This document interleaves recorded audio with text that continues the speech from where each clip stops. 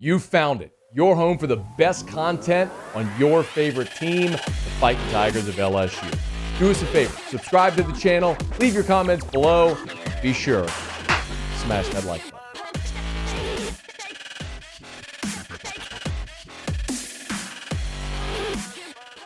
Matt Miller at ESPN.com did a 7-round mock draft, and he made predictions. So for all 262 picks, which included, by the way, trades. And in this 7-round mock, he's got, let's see, 1, 2. It's going to surprise you a little bit. 1, 2, 3, 4, 5, 6. He's got 7 LSU Tigers drafted. The surprising thing, though, I believe, are 2 pieces.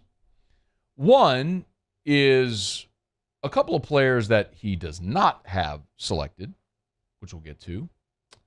And the other is who he has going 3rd overall. I don't want to just completely throw a wet blanket on it or keep you waiting. Matt Miller's got Derek Stingley going 3rd overall to the Houston Texans. And he tweeted earlier today that Derek Stingley at 3 buzz is getting louder, y'all. And again, I want to be clear. No GM is ever going to completely tip their hand before a draft. Why would you, in a poker game, show your hand before you had to? But, you know, these guys who do this exclusively, like this is their job, and they do it at a high level, and they cultivate relationships with coaches and GMs and players and agents. You can kind of piece the puzzle together a little bit. And Derek Stingley at 3 actually makes a lot of sense. Matt Miller writes, the first surprise pick of the draft and the one I'm hearing considerable buzz about as we get closer to round 1 kicking off. Texans have many needs, and they could go with best player available. But the allure of Stingley is too great to pass in a draft class that is not deep at cornerback and is at other positions of need, such as wide receiver and defensive end. So, said this about Stingley from the beginning.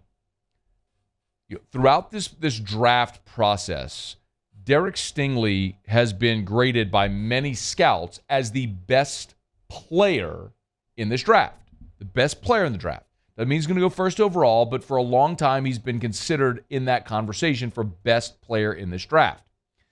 And a couple of things kept Derek Stingley from maintaining that along the way.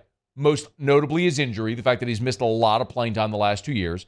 And then there were these questions about his personality for the reasons why he missed games. Did he quit on his team? Those sorts of things. Now, I've known of Derek Stingley since he was a young guy at Dunham and his family, and he comes from a great background, and he's a hard worker, and I've seen him train at Traction from the times he was a kid, and, like, he was truly injured, as we've seen. And what he was going to do was have the opportunity at the Combine and at Pro Day to answer questions from teams about all the rumors, and then to go run to prove he was healthy. And clearly he has done that. The thing that's super important to remember is that when you look at the slot values in the draft in the 1st round, each pick, the slot value drops by about $1 million. So the difference between Derek Stingley going 3rd overall and, say, 12th overall, where some people have had him mocked to the Minnesota Vikings, that's $9 million. $9 million. That is significant, to say the very least. So Derek Stingley in this pre-draft process, clearly, it looks like, has worked hard to make himself a lot of money. After Stingley at 3, and again, this is Matt Miller at ESPN, who's got a 7-round mock, makes every pick. He doesn't have another LSU player coming off the board until 105, the last pick of round 3, and it's Ed Ingram. Ed Ingram, he writes, is a powerhouse stout blocker who will boost the run game in San Francisco. Ingram's awesome. Ingram is a guy that could have come out a year ago, maybe should have come out a year ago, but wanted to come back to school for another year, try to boost his draft stock, bet on himself. Didn't have a great first half of the season, but certainly improved as the season went along, and that was fantastic to see. Ed Ingram, he's got going in round 3, 105 overall to San Francisco. The biggest disappointment is Damon Clark, because Damon Clark was, in my opinion, the best linebacker in college football this past year. I'm not saying he's the best projected talent. I'm not saying he's going to have the best professional career or anything like that. I understand Nakobe Dean and the career he had. All of that is very, very valid, but had the best season in college football among linebackers. It was Damon Clark last year. And he was poised to be one of the top 10 linebackers taken in this draft, and a guy that was likely going to be a second-round pick. And if a team fell in love with him in the pre-draft process, might have taken him late round 1. But the injury situation with his neck has dropped him, and Matt Miller's got Damon Clark going 135th overall to the Kansas City Chiefs. Of course, the Chiefs have a pipeline of purple and gold to Kansas City, and there's a lot of reasons that would make sense. 6 picks later, he's got Cordell Flott coming off the board, 141 overall to the Baltimore Ravens. That would certainly be a great fit in that Baltimore defense, which has been hard-nosed and dominant for so many years. To see Cordell Flott there would make a lot of sense. I'm curious if Flott may not go higher than that 141 overall there, where he's slotted to go in Matt Miller's draft in round 4. In a league that is consistently focused more and more on the passing game, when you have the opportunity to get a long, athletic corner like Flott, who's played at such a high level, there could be a team that reaches and grabs him in day 2 and doesn't let him fall into day 3. The last 3 picks, number 178 overall, is where he's got Ed Ingram going. I'm sorry, Neil Farrell, 178 overall to the Dallas Cowboys. One seed I want to plant. I have heard a lot of scuttle around the Saints that there are people in that organization that are pushing for the Saints to take Neil Farrell around round 3. If the Saints have not addressed defensive line with one of their first 3 picks, don't be surprised if at 98 overall they're not looking at Neil. I understand Saints, LSU players. I get it.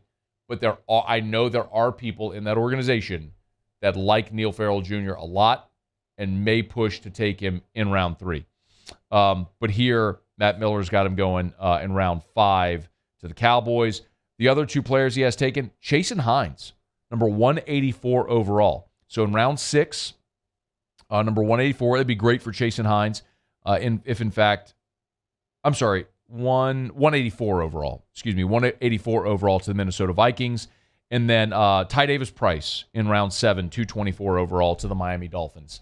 I think it would be really cool to see Chasen Hines get drafted. A guy who played early and often in his career. Battled some injuries, but has made it through. Powerful guy. Ty Davis Price was just ready to go pro. He's a father. He was just ready to go start making money playing football. He had a breakout second half of the season. I don't think Ty Davis Price is a 3-down NFL back, but I think like Darrell Williams has done, he can carve out a role for himself in an NFL offense in the right spot. So we'll see if Ty Davis Price hears his name called. Notice, no Cade York. Does not have Cade York being drafted. No Glenn Logan either.